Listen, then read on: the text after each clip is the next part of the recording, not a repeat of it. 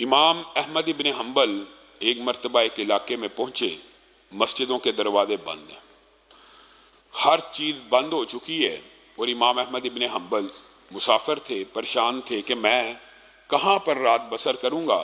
تو ظاہر ہے ائمہ کا، علماء کا جو طرز عمل ہے وہ مساجد کے ساتھ ہوتا ہے، تو ایک جامع مسجد گئے، اس کا دروازہ بھی بند، تو اس کے سامنے ہی اپنا بستر ڈال لیا کہ چلو فجر کے وقت کھلے گی تو میں مسجد میں داخل ہو جاؤں گا، ابھی بند ہو گیا، ابھی اٹھانا مناسب نہیں، وعدے دینا۔ اسی اثنا میں وہاں سے ایک نان بھائی، روٹیاں لگانے والا، نان لگانے والا گزرا، اس نے ایک شخص کو مسجد کے سامنے لیٹا ہوا پایا، کہا مسافر ہے؟ کہا جی ہاں۔ کہاں سے ہیں؟ بڑی دور دراز سے ہیں۔ آئیے، جب تک مسجد نہیں کھلتی پاس ہی میرا گھر ہے، وہاں پہ آپ ٹھہر جائیے۔ امام احمد ابن حنبل اس نان بائی کے ساتھ اس کے گھر میں چلے گئے۔ کیا دیکھتے ہیں کہ وہ نان بائی کی جو زبان ہے اور ہونٹ ہے مستقل حرکت کر رہے ہیں، مستقل حرکت کر رہے ہیں۔ کہا یہ میں بڑی دیر سے نوٹ کر رہا ہوں کہ آپ منہ میں کچھ پڑھتے ہیں۔ کہا ہاں میں پڑھتا ہوں، ہر وقت پڑھتا ہوں۔ کہا کیا پڑھتے ہو؟ کہا میں استغفر اللہ پڑھتا ہوں، استغفر اللہ پڑھتا ہوں، استغفر اللہ پڑھتا ہوں۔ اچھا، یہ استغفر اللہ آپ پڑھتے ہیں تو اس کے آپ نے کیا نتائج دیکھے ہیں؟ کیا کبھی کوئی نتائج برآمد ہوئے ہیں؟ وہ واقعہ سنانا شروع ہو گیا، کہنے لگا اللہ کی قسم آپ کو میں جانتا تو نہیں ہوں، لیکن ایسے ایسے واقعات ہے کہ میری زندگی میں کوئی ایک دعا ایسی نہیں ہے جو اس استغفر اللہ حالی پڑھنے کی وجہ سے قبول نہ ہوئی ہو۔ ہاں، ایک دعا کچھ عرصے سے کر رہا ہوں لیکن استغفار پڑھ رہا ہوں، اور مجھے امید ہے کہ میرا اللہ وہ دعا بھی سنے گا۔ کیا دعا کر رہا ہے؟ کہا زمین کی پشت کے اوپر اس وقت حدیث کا سب سے بڑا عالم امام احمد ابن حنبل ہے، میں استغفار اس لیے پڑھتا ہوں اللہ مجھے اس وقت تک موت نہ دینا جب تک امام احمد ابن حنبل کی زیارت نہ ہو جائے۔ امام احمد ابن حنبل رونا شروع ہو گئے۔ کہا اے نان بھائی، اب میں اپنے سفر کے اوپر اگر غور کروں، میرا ارادہ بھی نہ تھا، میں چلا، مجھے سمجھ نہ آئی میں کہاں پہنچا، تیری استغفار نے مجھے کان سے پکڑ کے تیرے اس گھر میں پیش کر دیا، میں ہی امام احمد ابن حنبل ہوں۔ استغفر اللہ کو آپ نے کتنا معمولی جانا۔ فَقُلْتُ اسْتَغْفِرُوا رَبَّكُمْ إِنَّهُ كَانَ غَفَّارًا يُرْسِلِ السَّمَاءَ عَلَيْكُمْ مِدْرَارًا وَيُمْدِدْكُمْ بِأَمْوَالٍ وَبَنِينَ وَيَجْعَلْ لَكُمْ جَنَّاتٍ وَيَجْعَلْ لَكُمْ أَنْهَارًا۔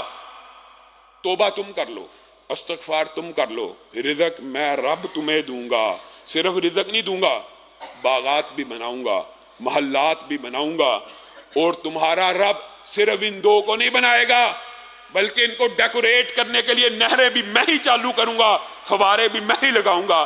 ایک مرتبہ آؤ، توبہ استغفار کرو، بیٹے بھی میں دوں گا، مال بھی میں دوں گا۔ ایک آیت کے اندر اللہ رب العزت نے کتنی نعمتوں کا ذکر فرما دیا۔ توبہ کرو تو صحیح، استغفار کرو تو نہیں تو صحیح۔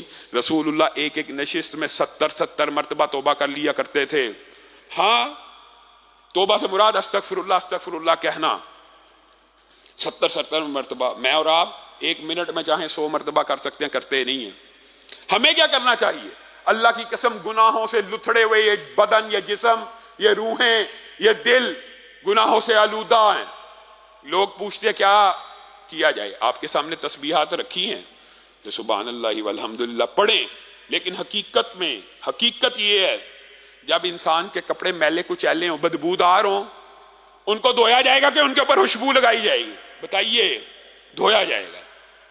یہ جو استغفار اور تسبیح اور ذکر میں فرق ہے وہ یہ ہے کہ انسان کا جسم آلودہ اور گندا ہے، اس کو پہلے سرف اور صابن کے ساتھ دھونا ہے کہ سیدھا خوشبو لگا دینی ہے؟ خوشبو لگائیں گے گندے گلیز کپڑوں کے اوپر تو تھوڑی دیر بعد چلی جائے گی، فائدہ نہیں دے گی۔ لیکن اگر لباس صاف ستھرا ہوگا، لباس صاف ستھرا، پکیزہ، طاہر، مطہر، روشن ہوگا، اس کے اوپر خوشبو لگائیں گے، کتنی دیر تک رہے گی؟ لمبا عرصہ چلے گی۔ تو پہلے استغفر اللہ کر کے، استغفار کر کے اپنے بدن کو، اپنی روح کو، اپنے دلوں کو گناہوں سے پاک صاف تو کر لیجئے۔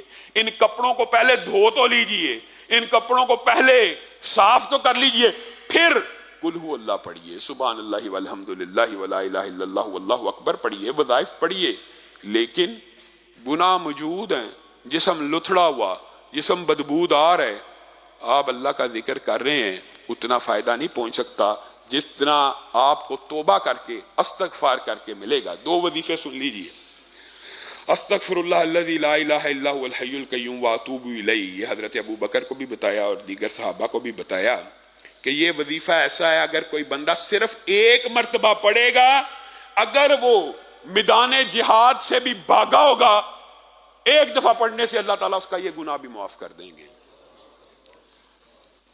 اور دوسرا سید الاستغفار ہے. قاری صاحب سے گزارش ہے آپ سب ساتھیوں کو وہ سید الاستغفار سکھائیں، اور جس کو نہیں آتا وہ کتابوں کو کھول کے پڑھے. اتنا عظیم وظیفہ ہے. اللہم انت ربی لا الہ الا انت خلقتنی وانا عبدک وانا علی عہدک ووعدک ما استطعت اعوذ بک من شر ما صنعت ابوء لک بنعمتک علی وابوء بذنبی فاغفر لی فانہ لا یغفر الذنوب الا انت. یہ یاد کریں. یہ اکیلا وظیفہ، اکیلا رسول اللہ صلی اللہ علیہ وسلم نے کہا اکیلا وظیفہ جس نے صبح پڑھا شام تک مر گیا جنت میں داخل ہو گیا، شام کو پڑھا صبح تک مر گیا جنت میں داخل ہو گیا. یہ 2 وظیفوں کو اپنی زندگی میں جاری و ساری کیجیے.